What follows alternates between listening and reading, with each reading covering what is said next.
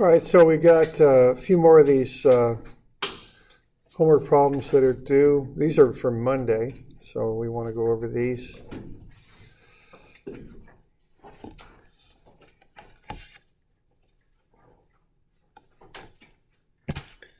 All right, do we got any questions on this one here? This is 141.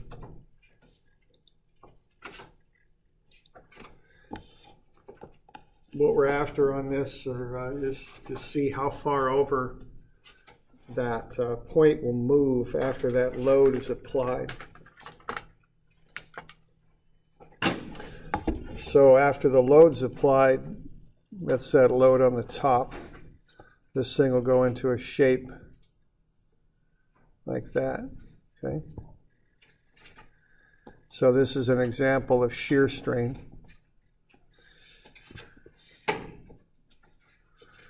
So it'll end up looking like that. Okay. So what I'm asking you to find there is delta, how far over it'll go. Right? And that's basically what we're talking about with shear, is that type of motion, or deformation, or deflection, or whatever it is you want to call it. And that's delta. That's deformation and delta. Mm-hmm. Yeah. Yeah, like I say, it's lots of different things that begin with the letter D.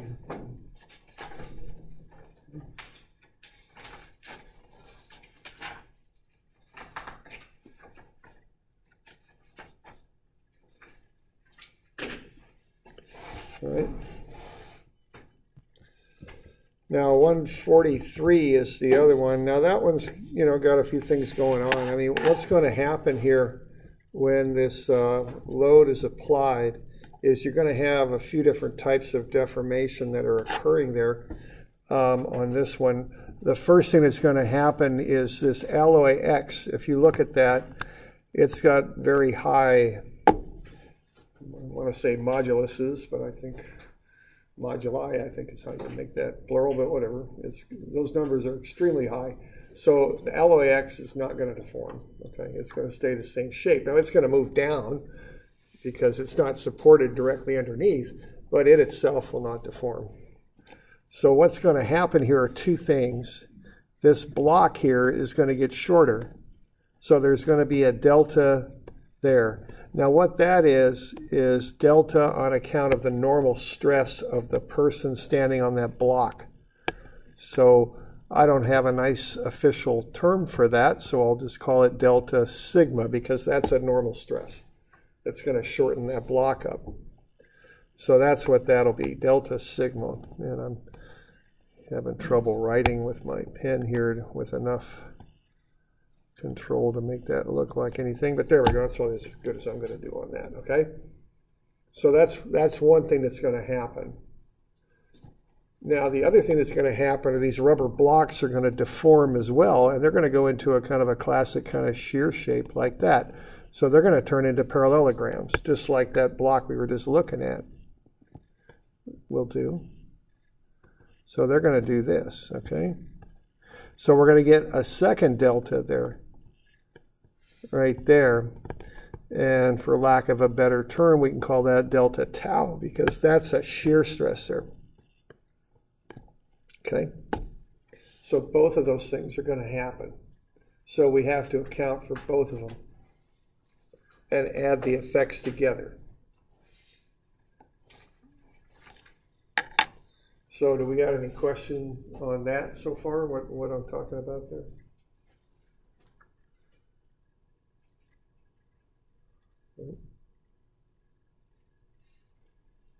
Okay.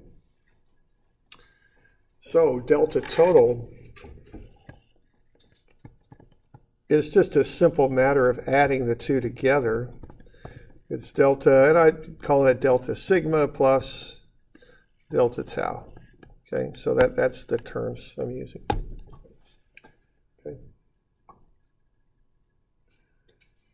So what you got to do then is kind of add that stuff up. Now, a couple of things here to know is that when you apply that load W down, that's the weight. Of course, the big block,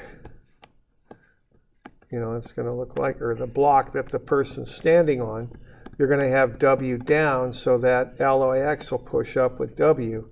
So the force on that thing is W, okay?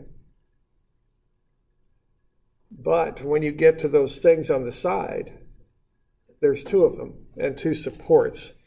So here, if you push down with W like that, and you look at these supports, you're going to have W over 2 coming up on either side. So the shear force is not going to be W and those things on the side. It's going to be W over 2. You okay with that? So what's going to happen with these things on the side is they're both going to take up half of the weight. And I don't want to run over all this stuff. I've kind of, so, you know, that looks like that basically. So you're going to have that W2 coming down, and on this side, you're going to have W over 2 going up. So the shear force is not W, it's W over 2.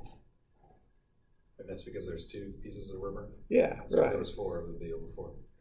If there were 4 independent ones, yeah, attached on 4 different walls. Yeah, if you kind of had that three-dimensionally, kind of in a square kind of room kind of thing, yeah, it would be that way, sure. Okay. It's all symmetrical, so that W gets spread into 2 W over 2 loads. That's key independent though. The rubber pieces can't be touching each other. Rubber pieces can't be touching each other. I mean, they've got separate areas of support. Yeah, I mean, one on the left, one on the right. So it splits into 2. Like, yeah. I was just trying to figure back off of this 4. Yeah, I mean, you know, if it was in the shape of a cross and you had 4 of them, it would be W over 4. Yeah, as long as everything was symmetrical and et cetera, et cetera. Okay. All right. So we okay with that? So what you want to do then is go through this process of finding the deltas of each piece. All right. Now, the way I did this was to realize that a couple of things. That if you want delta, what I call sigma, we already found out what that is. It's PL over AE, right?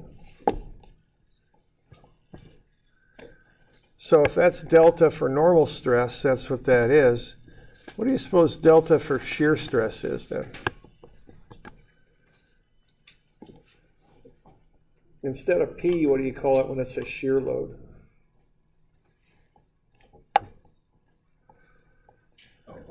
Yeah, V. It's not volume, it's V. Shear load for just V. What does the V stand for? Just shear load. Oh. It's just a load. It's the same thing as P. I don't know why they use a different letter for shear. Right? It's just something they do in books and such, and I don't really know why, but they do. And that's only for shear stress, right? Yes. Right. For some reason, it's only done for shear. Okay. All right. Now we got a length also. We've got an area. But then what about the modulus of elasticity? Are we going to use that for shear?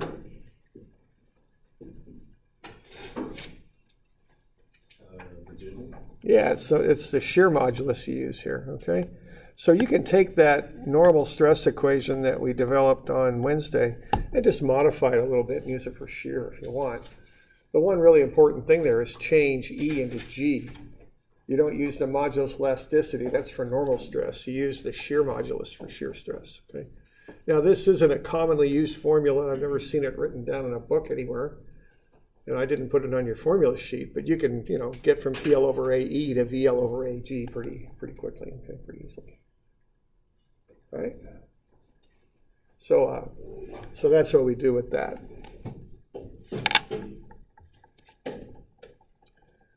Y'all good with that? Got any questions on what I'm doing there? Okay.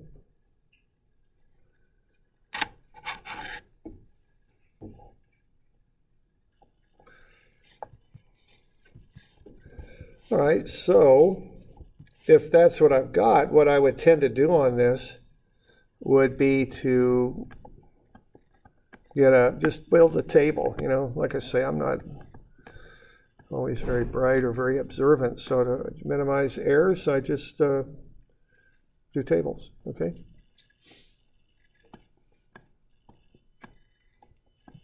Just fill in the table, then do the formula.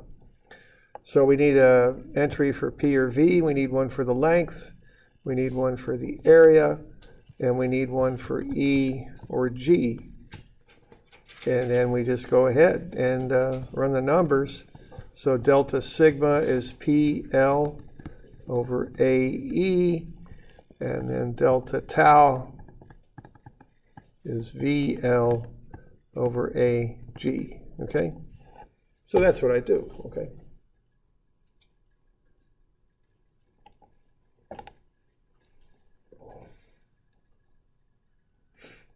And then delta total, this is the sum of the two.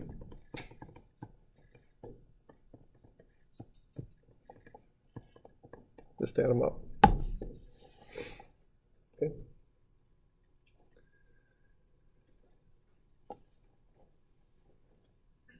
And there's nothing fancier than that going on. I mean, you just add them up. There's no like effects between them, you know. You just add them up. That's all.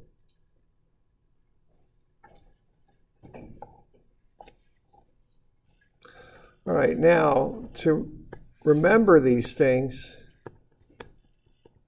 what I remember is the area is what supports the object. So the area is what is attached to something. And the length is normal to the area, okay? So between the area and the length, you cover all three dimensions of the object. And the area is what's attached, because that's what resists the loading.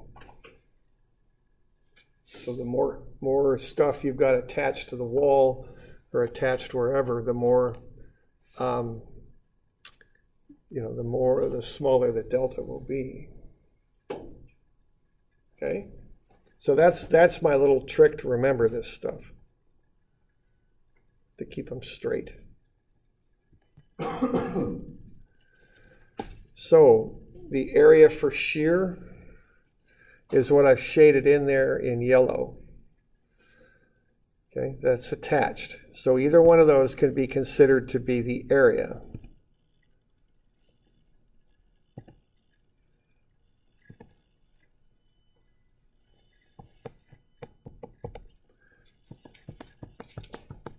So that's the area there and the area there. Okay, they're attached to the wall. The area for normal is, again, it's what's attached. It's that.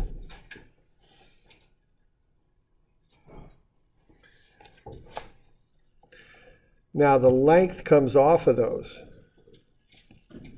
So the length for normal is right there. Okay. And then again, the length for shear is what comes off of the area. So the length for shear is that. Okay. So that's how that works. The area is attached, the length comes off the area. It's normal to the area. Okay. Got any questions on that?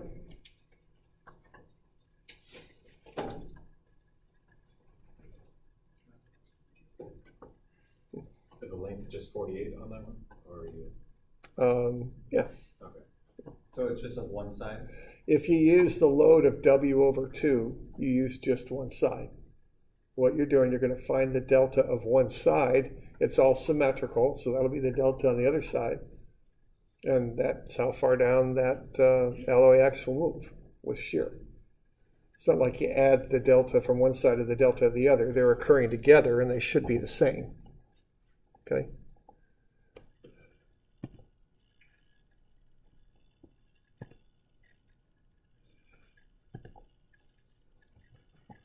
So if that delta is like that, the other delta is the same, and that's the total delta. You can calculate it on either side. So if you use the W of L over W over 2, you would just use the 48-inch length. That's all you need. Oops, I put that in the wrong spot. Okay, like that.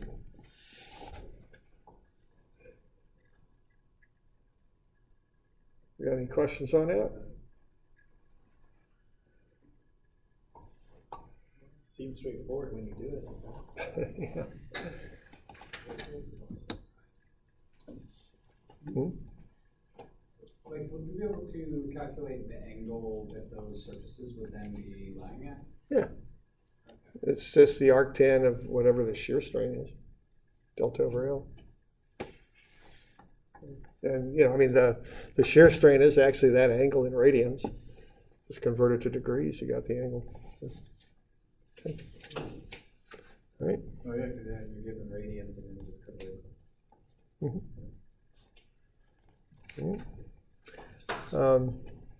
Okay. All right, so when you kind of work down through this,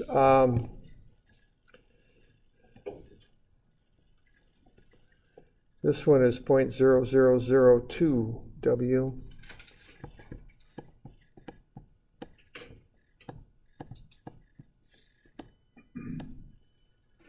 And the other one is 4 zeros and an 833.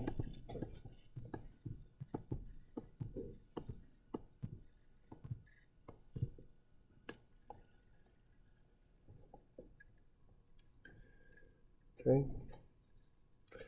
So delta, the total delta then is 0.000283 times whatever W is. Okay. Now we want to do that backwards because we're using this to make a scale out of it. So what we want is what the weight equals. So if you just invert that, you'll get the weight is 3534 W.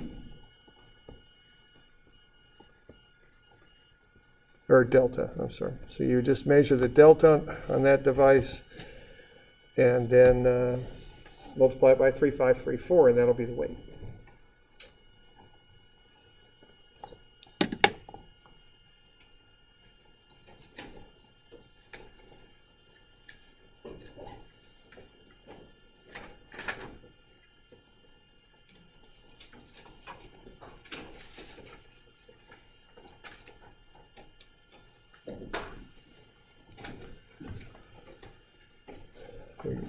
Any questions on that?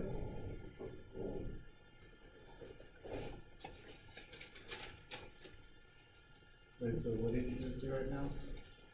Well, I just plugged in the numbers there. So here I plugged in PL over AE. Oh, no, sorry, for the work. Is that That's for the weight. weight equals 3534 Delta. Yeah. That's taking this expression here and just inverting it.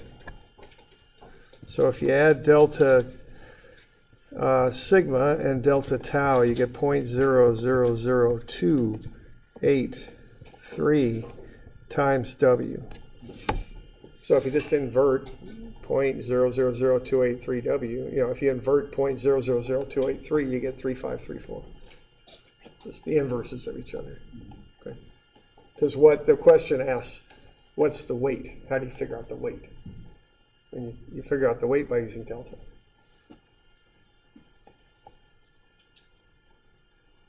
Okay.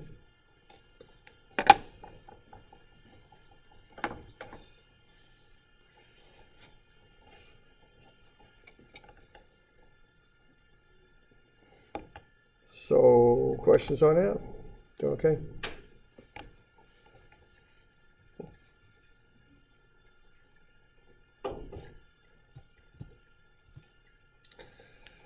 Okay, the next one's here. So you want to find the reaction at the wall for this. You know, we've done some of this stuff before, so find the reaction at the wall, which is 2 kilonewtons. You want to find the internal forces for each section of that bar. From A to B, it's 2,000 newtons. Got tension there, but that's not right. That should be compression. Let's fix that. That should be compression right there.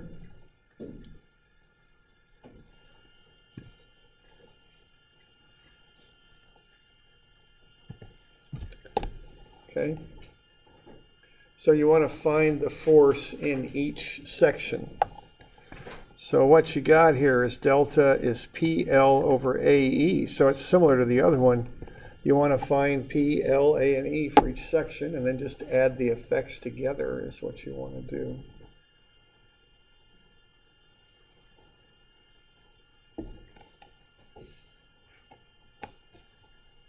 Okay.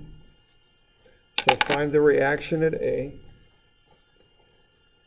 and then find the internal force from A to B, which is PAB. It's 2,000 compression.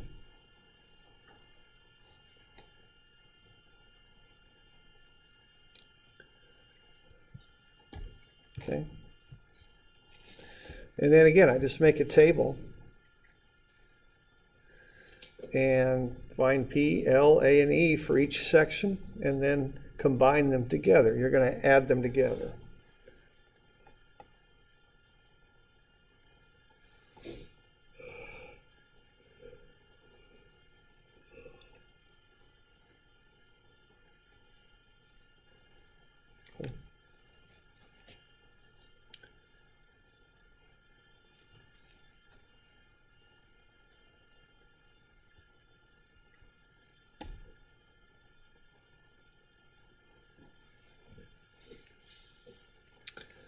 All right, so for instance, for AB, I've got the load. P is negative 2,000. I can start with that.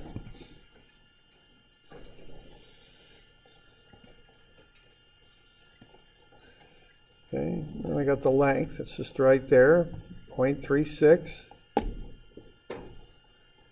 You're given the diameter, I think, or maybe the radius. I'm not sure what it is. It's diameter, so take half the diameter. Find the area. Use the radius. That's 0.00503. And then you're given the modulus, 140 times 10 to the 6. Okay, so 3 of those things are given, or 2 of them are anyway, the length and the E. You got the diameter, so you can find the area pretty easily. Remember to keep everything in meters and newtons. And then find those internal forces to get, to get the load. And then just run PL over AE to get delta for each section. So when you take the numbers you've got in this column and calculate PL over AE, you get negative 0.001023. So AB is compressing by 0.001023 meters.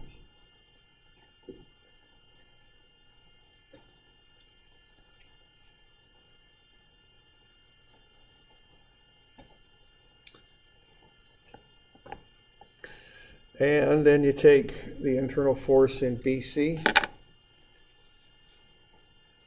and do PL over AE with it. And then you take the internal force in CD and do PL over AE with it.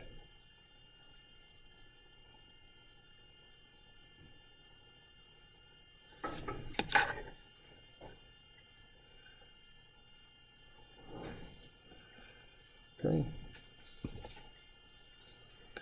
And then based on that, you find the deformation of each piece, okay?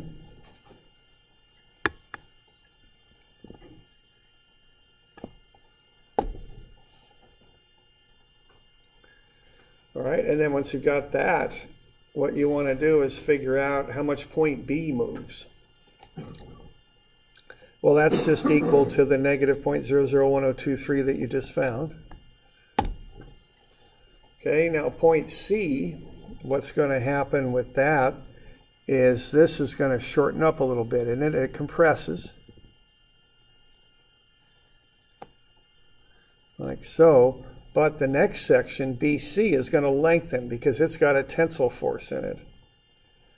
Okay, so the next one's going to lengthen a little bit.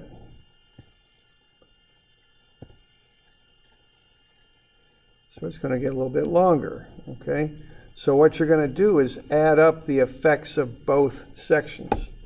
You're going to look at the delta from A to B, and then look at the delta from B to C and add them up together is what you're going to do. That will get you delta C. So what you'll do there is you'll take delta AB plus delta BC and add them up, see? And then to get delta D, you take delta AB plus delta BC plus delta CD. Add them up.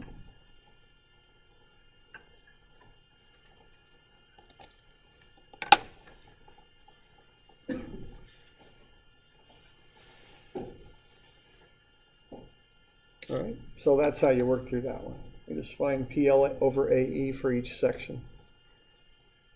And then add them all together.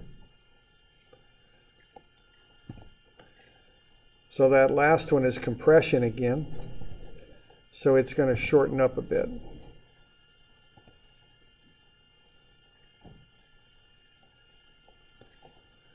Okay, so that last one, we'll do something like that. Okay, get shorter. So the net motion of D will be shorter, negative 0.00547.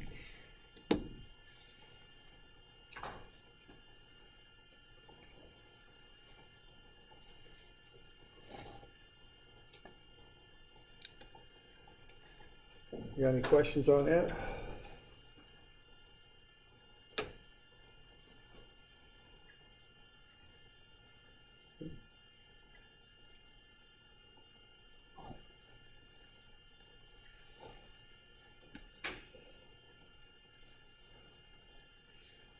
So you have two outside forces pushing on all of this, right?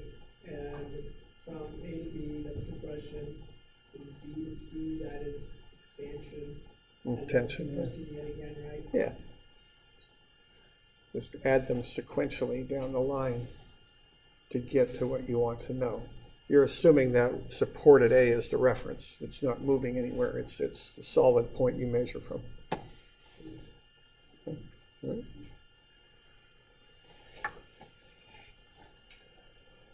All right.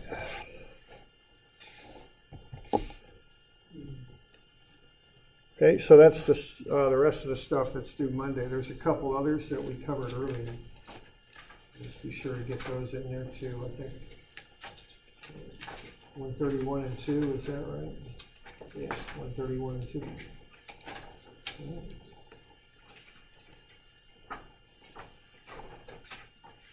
131, 132, 141, 143, and 152. Mm-hmm.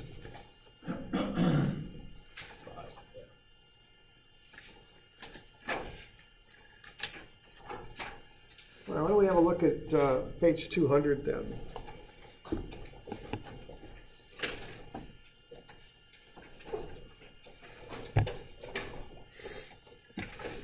So page 200 out of your packet.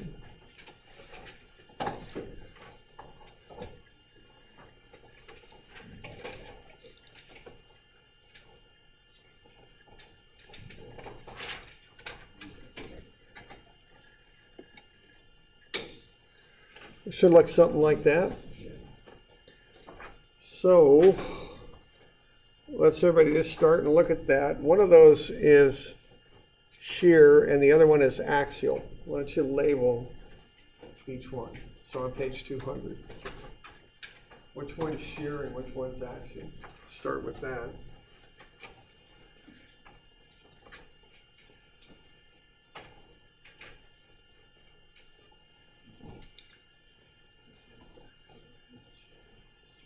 And just think about the type of action that you're dealing with here and know which one's which.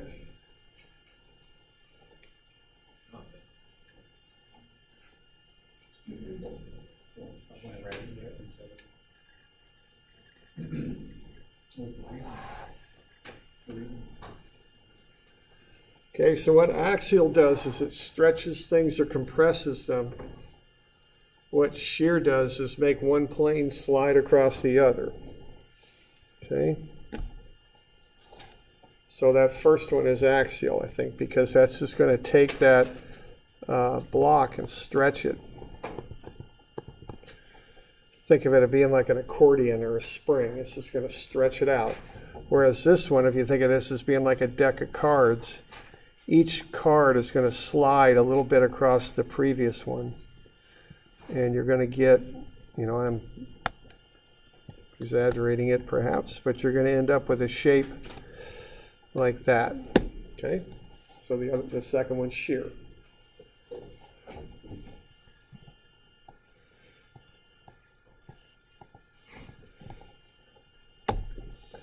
All right, now the area is what's attached. The length is the side that is not attached. So why don't you identify the area for each one, find what it is, and then identify the length for each one, and find what it is, okay?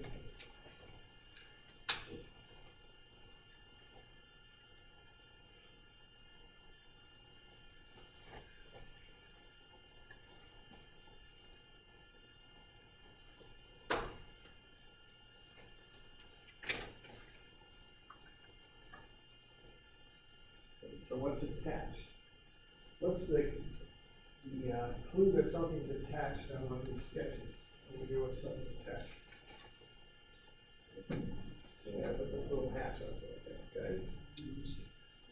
Little what? Hatches. Right. Those go. That means attached. Okay.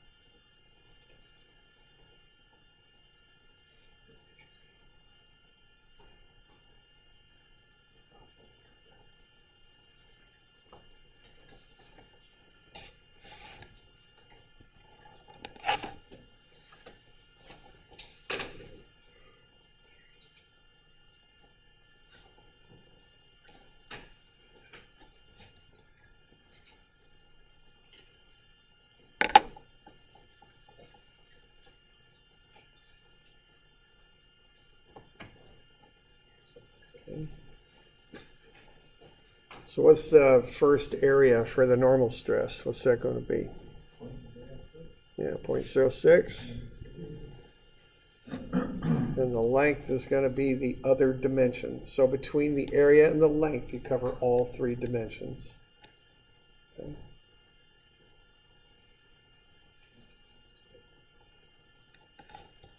Wait, say that again, I'm sorry? Between the area and the length, you cover all three dimensions. So the length is normal to the area. Oh, I include them. So 0.2 by 0.3 is 0.06. The length is 0.4. All right. And then once you got those numbers, walk it down. Stress and strain and deformation. You're given the moduli up top there. You'll need them.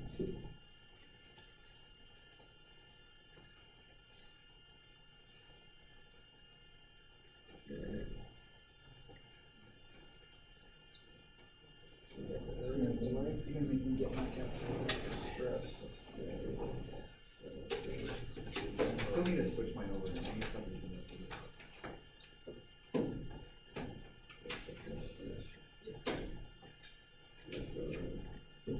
Would you get 13,000?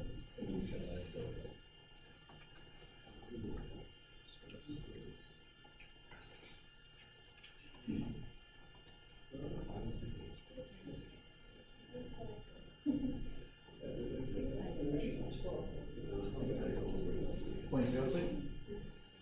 For those two decimals, the carry the decimal over. The decimal point.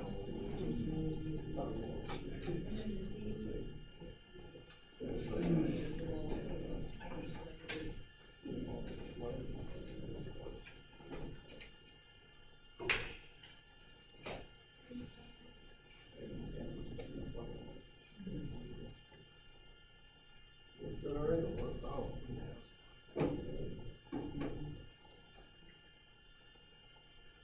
800 kilonewtons. 800 kilonewtons. So that's 13,333 kilonewtons. That makes sense? Stress.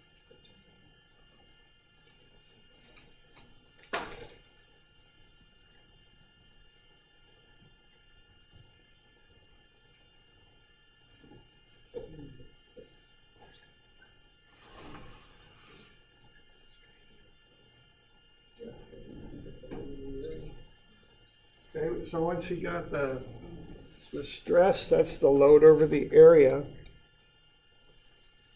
Okay. Next is strain. Now, how do you get from stress to strain? What is strain for starters? What are you looking for with strain? Delta over L. That's one version of it, but we don't have delta on this. Right, yeah. So we're not going to be able to use that one. There's two ways to get strain. That's one way, but that ain't going to work. What's the thing about strengths? How do we, how do you tie stress and strain together? Or what is strain? What's the symbol? That's a backwards 3. Yeah, backwards 3, okay. Now, I don't mean to harp on you here, guys, but, I was kind of telling you got to learn this stuff because now you're seeing why. We'll just go through this stuff, and it's all simple as can be. And they're just these little teeny little algebra relationships, but there's a lot of them, and they're all different letters, and they're this and they're that. So that's why you got to kind of get this stuff figured out, okay? And, okay, now what's the relationship that involves stress and strain? Because you got stress. Modulus. Yeah, modulus, right? Okay, so what you got there is E, which is the modulus of elasticity. What you've got is the stress over the strain. So if you want the strain, you solve that thing for strain, okay? And keep in mind the backwards E, which is epsilon, and the letter E, they're different things. They're not the same thing. Epsilon is strain, the backwards 3. The letter E is the modulus of elasticity. So back solve that thing, because you got stress and you got E, so just solve it for strain. Okay, that's how you do that.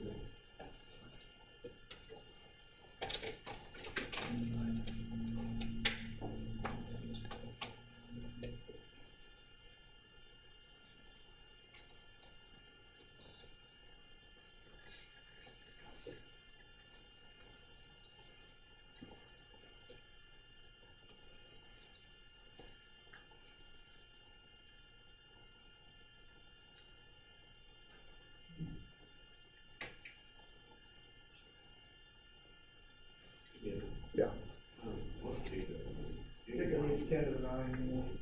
You know, that's what I forgot. Now, the other thing in that giga, mega, all that, I think I've got that in the back of the formula sheet. So if you're ever stuck on a test and you don't remember that stuff, did I put it back there in the back lower right or something? Or I didn't? Yes, I didn't. I was just asking if you're on that or something. So the big ones we use are K. Oh, is it? I do that.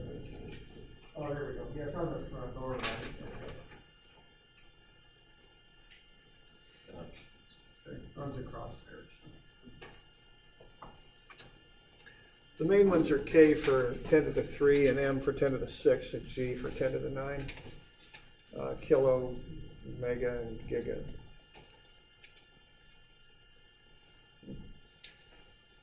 Kilo. Where they came up with that is probably Greek or something. Where they speak Greek, not that.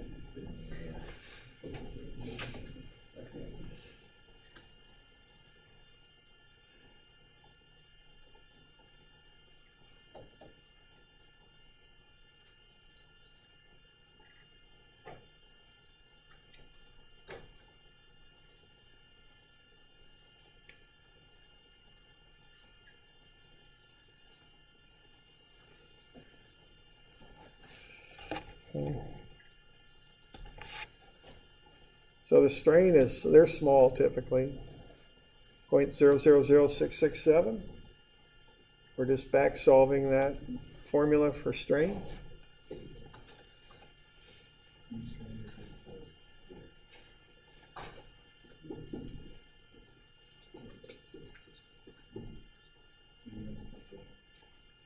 Yeah, it's unit. That's why I like everything in newtons and meters. You know, I don't got to worry about, you know, all those prefixes. So I'll do that later. You know. Yeah, see, as soon as that megapascal for some reason threw me off when I was. Oh. Because when I went back, I was like, all of a sudden I was like, oh yeah, I have Pascals now. Actually, I did do it, and I said 6. But just plug it into the calculator. You know, learn how to use the exponential calculator and just put it in such. It'll all just come out. They gave me the right answer here. Oh, I had the wrong answer. Oh. All right. We good on the strain? And then the last one there is deformation. Now, what's the relationship between strain and deformation? Deformation starts with the letter D. We represent it with that Greek letter D. Delta. Which is delta. So you'll get the relationship for strain and then back solve it for delta.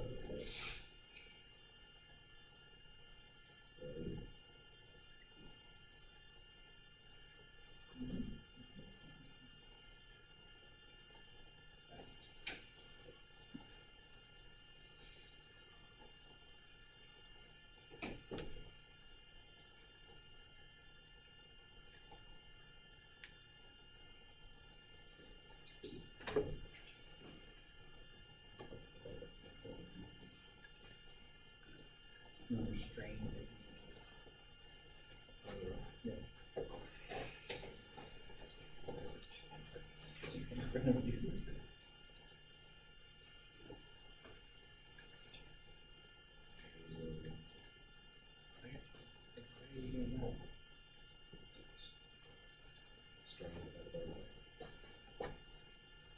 No, you got to do it the other way. Look at the formula.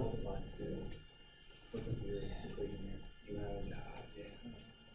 there's no algebra.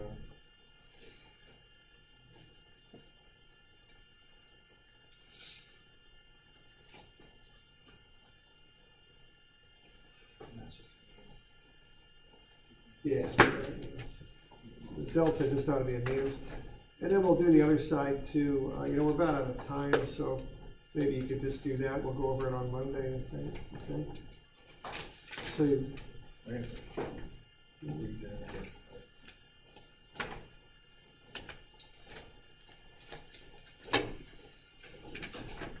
So is that 2.66 millimeters? Yeah, I'm trying to see what that answer comes out to be.